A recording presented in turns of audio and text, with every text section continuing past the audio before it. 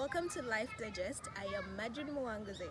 Well, it's been really long. I can't seem to remember the last time I checked on you. A lot has been happening, and today we're going to have a recap of what has been taking place in my life. Well, just to be more specific, a lot has been happening, both good and bad.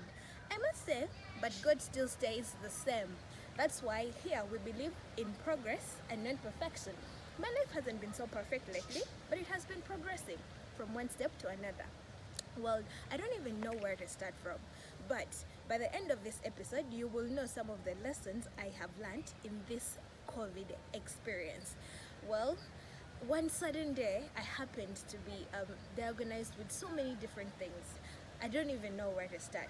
But anyway, let me first start with the good news. Beginning of when you last saw me, I actually happened to be celebrating my best friend's functions. I had Sasha Ferguson's both engagement, graduation, and then we went to Coachella, and then we went to introduction. It was quite amazing. I happened to be the matron, and I must say this was one of the best experiences of my life. And now guess what?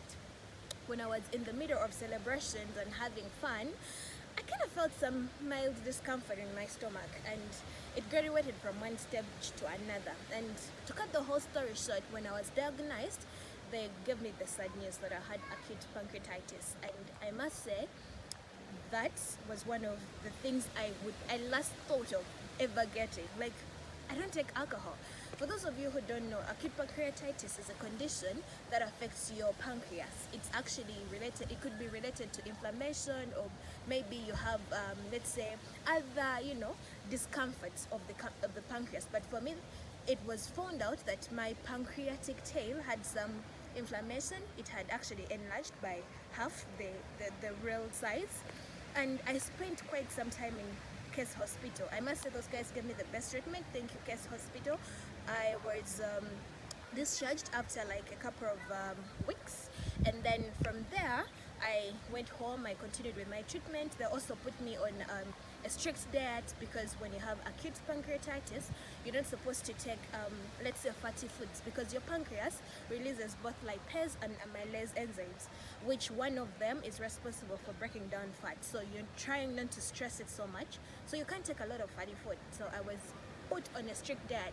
My nutritionist put me on strictly boiled stuff, fruits, juices here and there, and mild quantities. But I must say, when I was in that place, there are other lessons that I learned, and let me start by sharing those. One, always pray for the sick.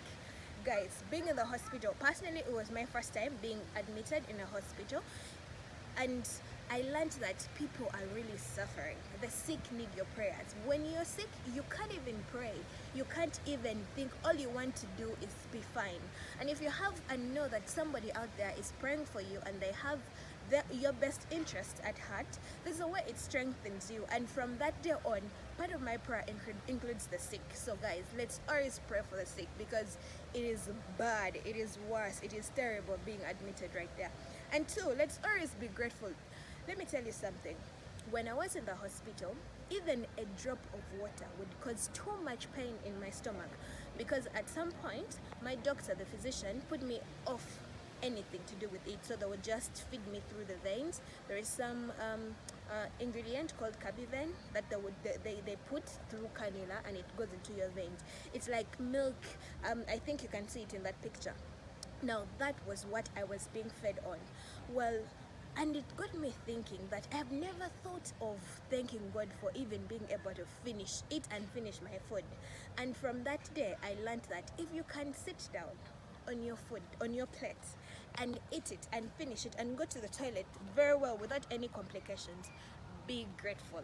It's the small things that we take lightly that make a big difference. I mean, at that point, I didn't care of the kind of job I have, or the family I have, or the cars, or anything that I have around me. All I wanted was to be fine, to be able to eat, and I'd never thought of being grateful about that. So guys, let's always be grateful. If you can, sit down, eat and finish your food, be grateful. And if you can eat anything, you can.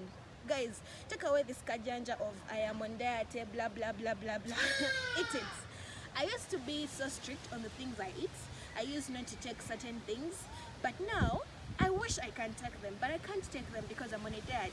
There's a time back where I tried to eat a few fried things, and then my stomach went back into, that striking of giving me some pain. And I was like, God, there are days I could afford, I could manage to eat something really nice, and I didn't. So, another lesson, if you can eat anything you can and finish it, go ahead and eat it. Go ahead and eat it. But also, most importantly, when we go to bed at night, you wake up, you don't have any interruptions, you don't have any disturbances, you forget to thank God.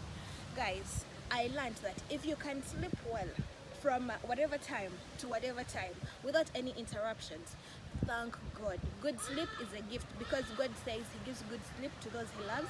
It's a gift from God. When I was in the hospital, I was either on like drip. They would prick me every now and then. This vessel gets blocked. They would try to look for another one. I was so irritated. I couldn't have any good sleep because every now and then somebody had to come in with a tray of drugs to administer to me. And it got me thinking, I've never been grateful for the great nights I've been having. So guys, if you can sleep, if you can wake up, alright, without any complications, be grateful. Well, that was the first dilemma of my life and why I've been away for quite some time, actually next to the good ones that I shared earlier on. But I must say that I have learned very many lessons when I was in that situation. I will share more, but if you agree with me, go straight and let me know on our Facebook page or any platform, Life Day Just with Margarine. Tell me what you think of what I've shared. And then next, I'm going to be telling you when I thought I was at the top of my victory, what happened next. Well guys, stay tuned.